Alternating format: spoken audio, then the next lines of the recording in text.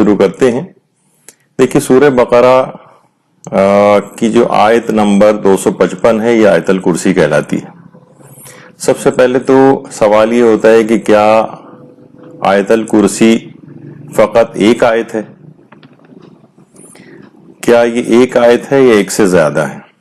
تو بہرحال اس کا نتیجہ یہ ہے، اس بحث فقہا کی بحث ہے، اس کا نتیجہ یہ ہے کہ آیت الکرسی ایک ہی آیت ہے. البتہ کچھ نمازیں ایسی ہیں کہ جیسے نماز وحشت قبر ہے کہ جس میں فقط ایک آیت کو پڑھنے کے ساتھ ساتھ احتیاط اس میں ہے کہ اس میں مزید 2 آیات کا اضافہ کیا جائے، اگلی 2 آیات کا.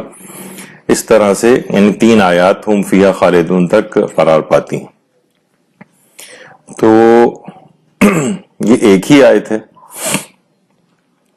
اور وَهُوَ الْعَلِيُّ الْعَظِيمُ تک ہے. ایک دفعہ رہبر معظم حضرت آیت اللہ خامنئی کے پاس ایک والد اپنے بیٹے کو لے کر آئے کہ جس نے قرآن کافی حفظ کیا ہوا تھا. تو رہبر معظم نے اس سے کہا کہ اچھا آپ ایسا کریں کہ مجھے آیت الکرسی سنائیں. اب بچے نے آیت الکرسی سنانا شروع کی تو اس نے ہم فیہا خالدون تک سنائی، یعنی اگلی 2 آیات بھی اس کے اندر شامل کر لیں.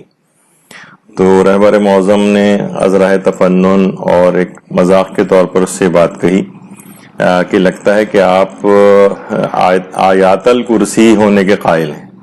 یعنی ان کا اشارہ اس طرف تھا کہ آیت الکرسی تو ایک ہی آیت ہے اور ہم فیہا خالدون تک اگر ہم اس کو پڑھیں گے تو یہ 3 آیات ہو جائیں گی.